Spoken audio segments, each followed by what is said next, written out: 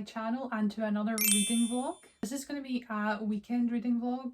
Today is Thursday and I think I'm going to finish it on Sunday night, and I'm actually working this weekend but it's only on Saturday, so I have Thursday, Friday and Sunday to actually read and vlog for the reading vlog. I've been doing so much overtime at my work recently, so I haven't had the chance to film any videos, which is why I've been kind of MIA on this channel for a bit. And also just haven't been reading much either because I've been working.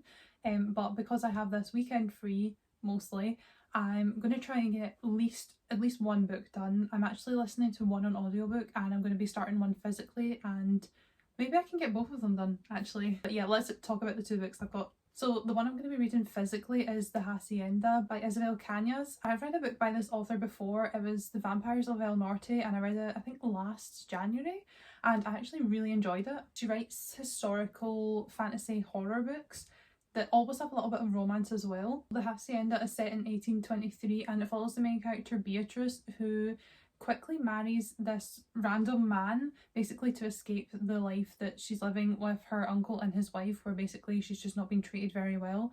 So that's why she takes this stranger's proposal so suddenly, even though there's rumours about how his ex-wife died, and she basically goes to stay in his estate, and while she's there some supernatural things start to happen. She gets these nightmares and starts hearing things. And she like seeks comfort out of the village priest, and yeah, that's all I know so far. I just know that it's a horror book and that I really like this author's writing. I really enjoyed The Vampires of El Norte. I think I gave that 4 stars, so I have high hopes for this one. I'm on page 8. That's how many pages I managed to read when I was at work on Tuesday, which that shows how much time I have on the days that I'm working. 8 pages. But this is about 340 pages, so hopefully I can finish this by Sunday night. I have a totally free evening tonight, so I might even try to get halfway through it tonight just so I can get like a good head start on this book. I have some things I have to do today. I have to put a wash on, change my bed, tidy my room. I'm waiting on a phone call from my doctor and I don't know if I have to go and see my doctor in person, so it's just a lot of stuff to do. But by the evening I will be completely free, and I'm completely free tomorrow so far. So I think I'm going to head into Waterstones and do my usual thing, which is to chill in the cafe with some carrot cake and a flat white and then browse the books. And also I get paid tomorrow, so I actually might go and do some Jellycat hunting. I've been craving buying another one. It's become an addiction at this point. So that is my plan for tomorrow, but today we're getting chores and reading done. Oh yes, I have the other book that I forgot to mention, which is The Geographer's Map to Romance, and this is the audiobook I'm listening to. I'm actually much further in it than that. I just haven't updated my page number because I'm listening to an audiobook and I have no clue what page I'm on. I just know I have 40 minutes left of the audiobook, which is not much at all, so hopefully I can get that done tonight as well, and I'll have one book completed and then one book half completed. That's very ambitious, but we'll see. I have high hopes.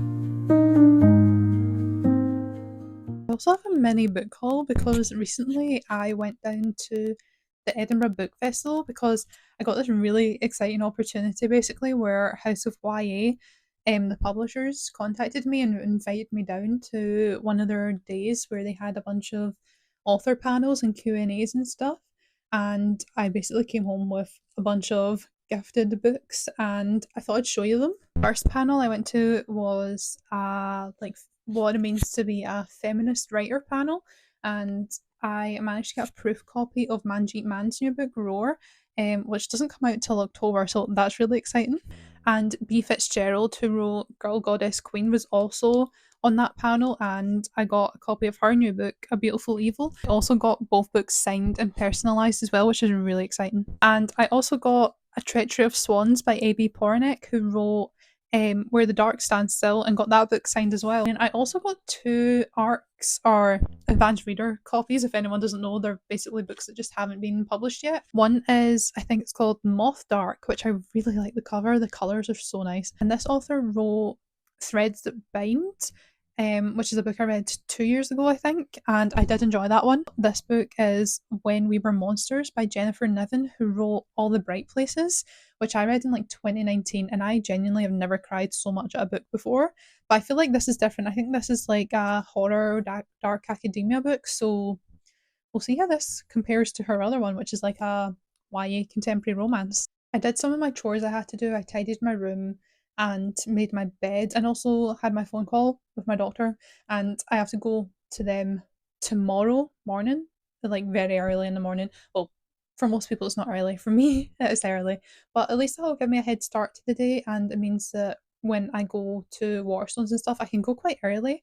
And then when I'm back home after Waterstones and my Jellycat hunting, I hopefully will have most of the day still left to read. So that actually sounds like it's going to be a good day. But anyways, I should probably actually start reading now. Literally, I read and vlog and I haven't picked up a single book yet.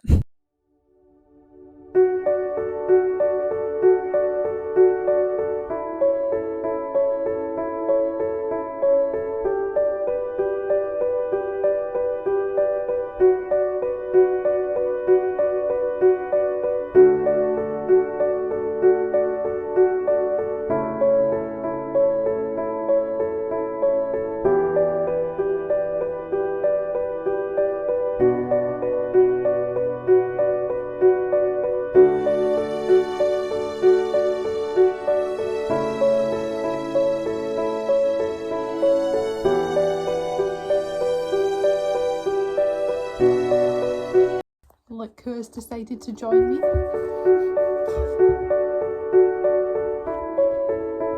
And she's gone.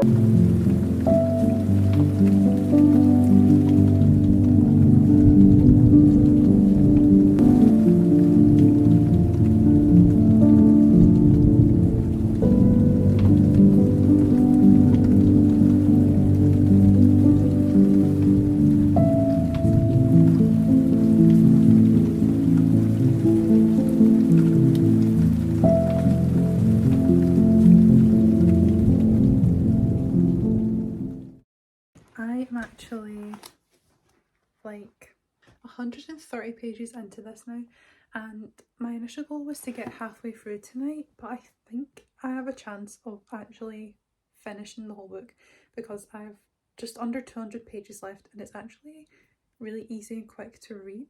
I feel like this is doable tonight, and it'll be good because I've only read 4 books this month and my goal was to read 8. So I better get cracking and read more books. And because I'm going to be working so much next week, I feel like I won't have an opportunity again to finish a book, so I may as well read as much as I can. So I feel like I described a bit of the synopsis of this. She has arrived at the house, or the manor, of her new husband, and he gets like called away for work pretty early on, and he's away for like weeks at a time. And there's other people in the house. There's like this lady who kind of runs the house, and then there's her daughter, and then like the lady's daughter, and then there's the younger sister of the husband as well, and she feels like all of them are quite standoffish towards her, and that they're kind of keeping some secrets from her because she starts to feel things in the house, like a presence, and that she's being watched, and like she brought these silks from her home in this trunk, and she like looks inside the trunk and there's just blood all over her silks for no reason at all. And she basically calls like a bunch of priests to come like check the house out and sense any presences there, and the 2 more senior ones basically dismiss her. They like tell her to stop worrying and kind of like play her off as being hysterical, whereas the younger one actually pays attention to her and says to her like, no, I do feel something in this house. So they're kind of just where I am, they're just starting to team up to like figure out what's going on. And I think it might be like a Rebecca situation where the ex-wife died in the house and is haunting the house, but we'll see if that's the case. I've still got 200 pages left, but yes, I'm going to try and get this all finished tonight. I'm going to do some reading sprints, I think, because that will encourage me to not pick up my phone. So I am going to head into Waterstones now and read for a bit in the cafe. I actually finished the Hacienda last night. It's just ended up being a really quick read. I just couldn't put it down, and I'm going to give it 4 stars. It was quite predictable, like what I said last night about my predictions and stuff did turn out to be true, so I was right. And it also reminded me of quite a few books I've read before. It was very similar to Mexican Gothic, and also a bit like Rebecca, and even reminded me of Last Tale of the Flower Bride as well. But yeah, overall I did enjoy this. I probably enjoyed it just as much as Vampires of El Norte, and this author's coming out with another book, I think this month, called The Possession of Alba Diaz, and I'm probably going to give that one a go as well, because that one sounds right up my alley. It's about this woman who gets possessed. So that sounds good. I am going to go into Waterstones. I've decided my next read is going to be Our Infinite Fates, and I don't know much about this except from it follows the 2 main characters throughout lots of different timelines and lifetimes, and I'm pretty sure they're lovers in one and then enemies in another, trying to kill each other, or I think what it is they have to kill each other by the end in each lifetime or something like that. But we'll see. I've heard mixed reviews on this book, so we'll see how I feel about it. And then also I want to go Jellycat shopping or browsing. I'm not guaranteed to get one, but I do have a few. They're all on my shelves. So I've got the birthday cake one, and I have the little panel raisin, and I have my little pistachio and my coffee cup as well. So we'll see if there's any that I'd like to pick up.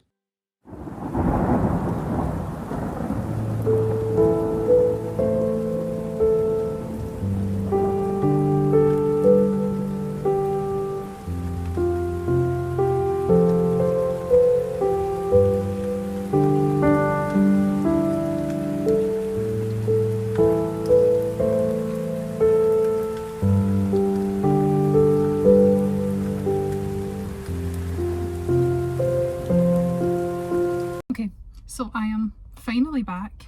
I have a few things to haul. This was far too much money spent. I just got paid today and now quite a lot of it is gone already. But I didn't get a book in Waterstones, but I did get the new Taylor Swift Eras Tour Jigsaw, which is 1,000 pieces. So we'll see if I'm able to complete that. And also I found a Jellycat that I wanted, and I've been wanting it for ages, and it's the flower bouquet. This was £40 though. I kind of regret it already, but do you know what? I've been wanting it for ages. It's been on my wish list. Yes, I have a Jellycat wish list. Someone just pulled up in the space next to me and I feel really awkward filming. But yeah, I kind of have regrets, but it'll look so cute in my room. I kind of want to start my Taylor Swift puzzle. This is an unofficial one, but I think, I was going to say it's Eras Tour based, but I think it's just Taylor Swift in general. It's 1,000 pieces, so that is a lot. I guess they're trying to cut on plastic waste because all of the pieces are in this paper envelope. And I guess this is the guide. It's huge. Oh my god.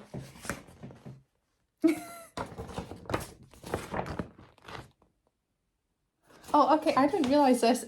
It's all her albums in different sections, so it has a list here. I'm going to try and start this, and then I feel like I like to listen to audiobooks while doing something, so I might try and finish my last 40 minutes of my audiobook of the Geographer's Map to Romance while I do this. I just need to find a place to start it because I think, is this going to be the size of it? If so, that is huge. While in Waterstones today, I got about 50 pages into Our Infinite Fates, and I think I'm going to read a little bit more tonight.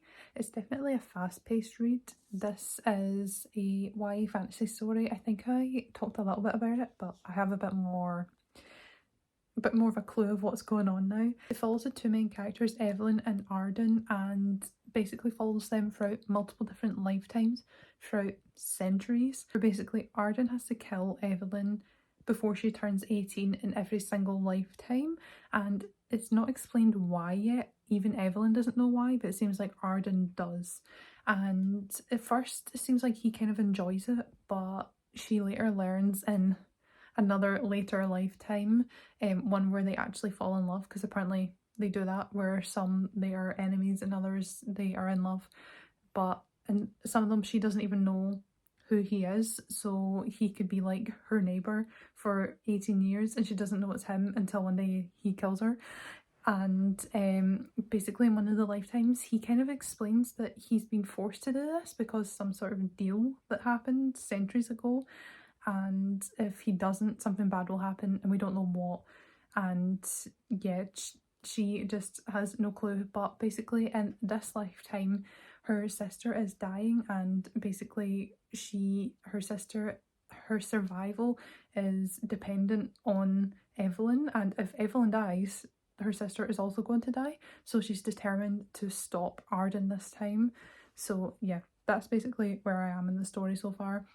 It definitely is very fast paced. I think one of the things I just don't love in books is like time travel or like a multi-generational thing. I think I just find it hard to get into all these different lifetimes. Like she was explaining different lives she'd had, like one in Russia, one in El Salvador, and they're all in like different time periods. But it was just so quick. We maybe got 10 pages with her in that lifetime and it just wasn't enough for me to get invested in her. So I feel like the only one I will care about is the present day one. That's what I just don't love about these kind of stories. They kind of almost feel like reading, or that it gives me the same vibe as reading a short story collection where I just can't get too attached to what is being presented to me in the moment, because I know it's just gonna, I know how it's going to end. I know she's going to get murdered by this guy. But we'll see how it goes.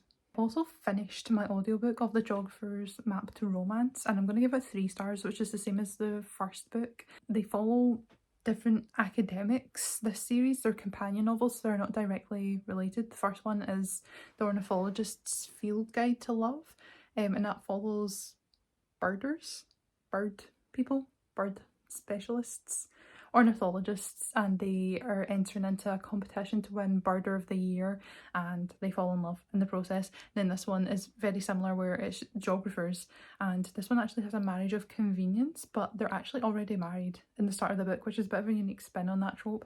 She got married to make like advancements in her career basically, but they haven't spoke to each other in a very long time at the start of this book, so things are kind of awkward.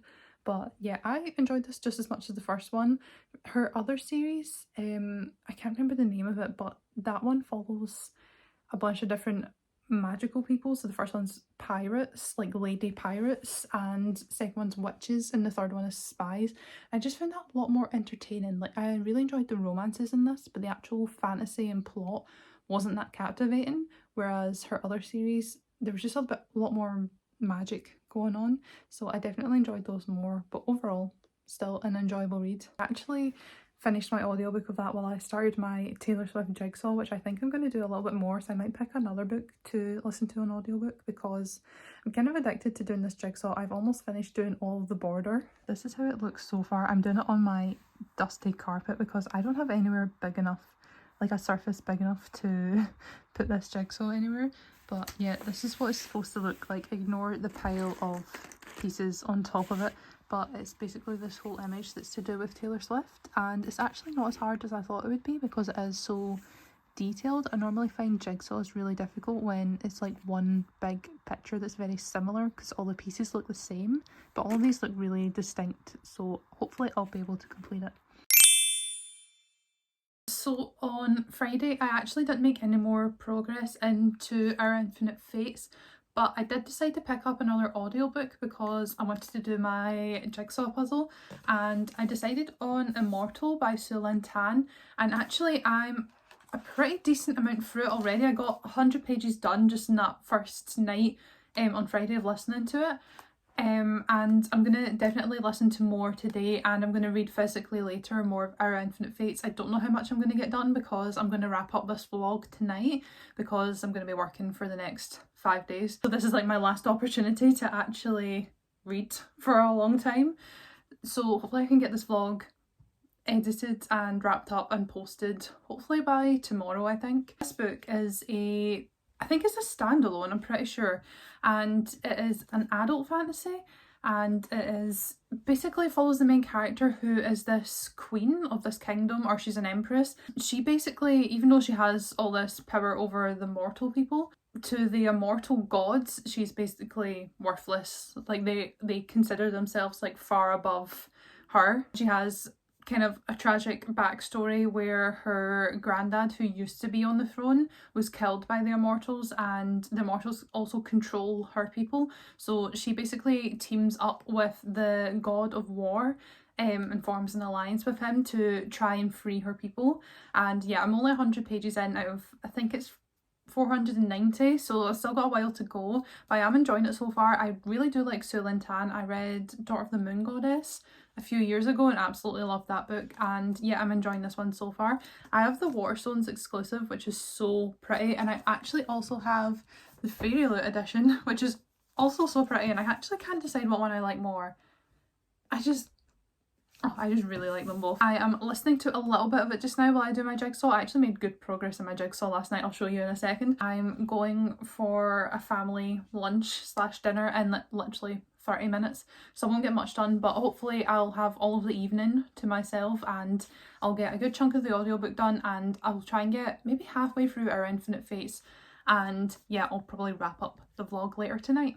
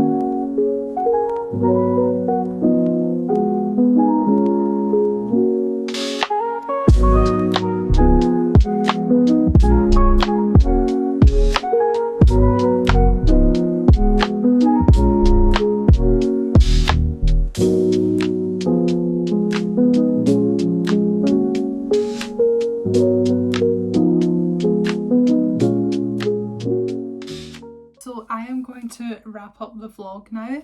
On Sunday night, I managed to get nearly to the end of Immortal. I got to page 360, which is 100 or 90 pages from the end. So I am going to try and finish this tonight. But I'm fairly enjoying it so far. I think it's going to sit around 3-star.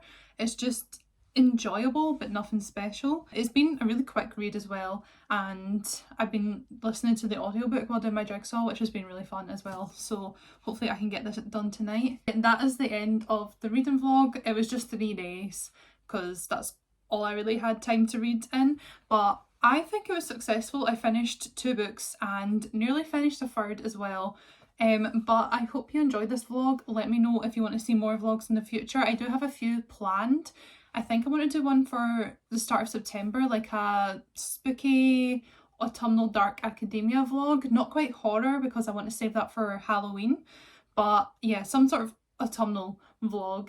And I want to do a spooky horror one for Halloween, and I also want to read or reread a bunch of my favourite series and make a vlog out of it. So that'll be the Raven Cycle, which hopefully I can have up in October, and then the Mirror Visitor series as well, which I should hopefully get up around December time.